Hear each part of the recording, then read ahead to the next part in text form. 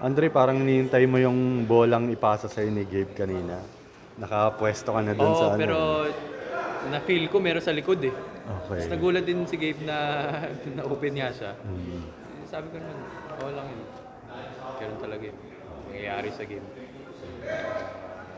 Yun. Sayang, gusto ko talaga itira nun kasi confiance. Pero good Mainit shot yun ah. eh. Nagulat din siya.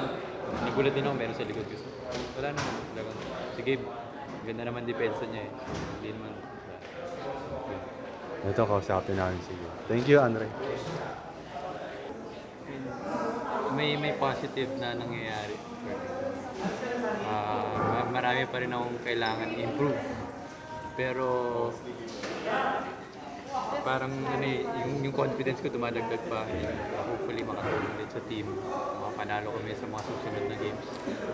Pero baga, dagdag kumpiyansa rin para sa akin. Yung ako, naglalaro lang ako sa system ni coach eh. Sa tagal din namin ginagawa. Parang yun talaga yung nangyayari sa practice.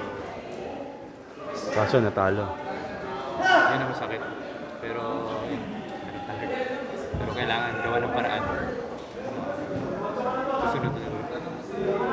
Yun nga, tulad ng sinabi ko kanina, talagang nag-stick lang ako sa sistema ni coach kung ano yung pinapagawa niya.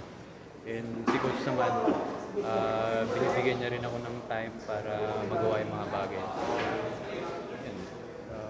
Thankful ako sa mga coaches na everyday nagpupunta sila ng bola sa team. Yung effort nila nandun eh. So, yun. Andre, ano lang ka disappointed to kasi pang ilang game na to na ingat sa dulo na nadali na. Yun nga eh. Lahat ng games sa amin, talo kami sa rebounding eh. So, yun yung laging sinasabi ni coach na hindi ka mananalo pag ang daming possession ng kalaban. So, 5 points, ang dami na namin game. 3 points, 5 points, 1 point. Pero talo kami sa rebounding. So, yun yung kailangan ma-improve namin eh. Ano bang pwede namin gawin dun sa rebounding.